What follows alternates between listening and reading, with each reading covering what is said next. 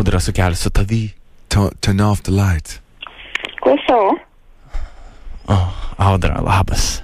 Labas. Kaip tu? Gerai, o kas man skambina? Tau yra užsakyta nemokama tokia paslauga. Tai reikia 3 minučių.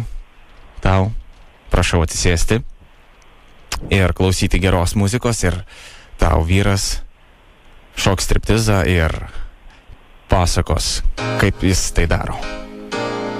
Ar tu pasiruošus? Nu, pasiruošusi. Labai gerai. Ir viskas prasideda.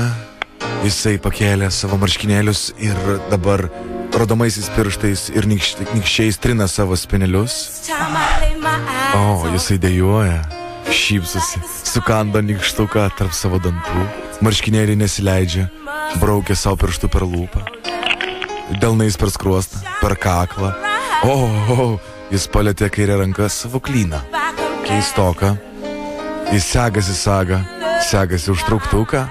O, jis atsisegė viską ir įkiša savo ranką, kaip sakant, ten, kur karšta.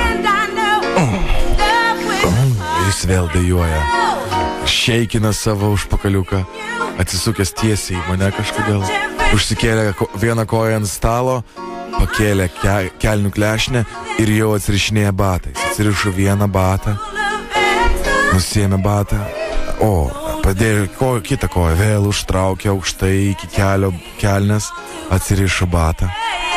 Nusiėmė batą, nusiėmė kelnes, jis nusiėmė kelnes, visiškai matau jo apatinius, ant apatinių parašyta XXXL ir milžiniškas termometras.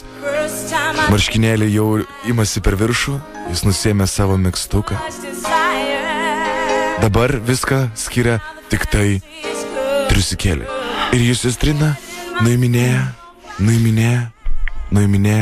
ir nuėmė marškinėlius ir triusikėlius ir po stalu palindo visiškai nuogas. Ar jums patiko? Tai be abejo.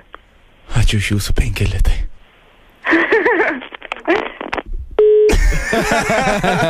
Matai, krizė, ką daro. Medžiai. Jo, net reikia užsisekti kelnes. Užsisek kelnes. O, tai... Smagiai čia jaunukas pavarė, galiu pasakyti. Taip sakant, Jonai, net ir norėdamas neprikipsi.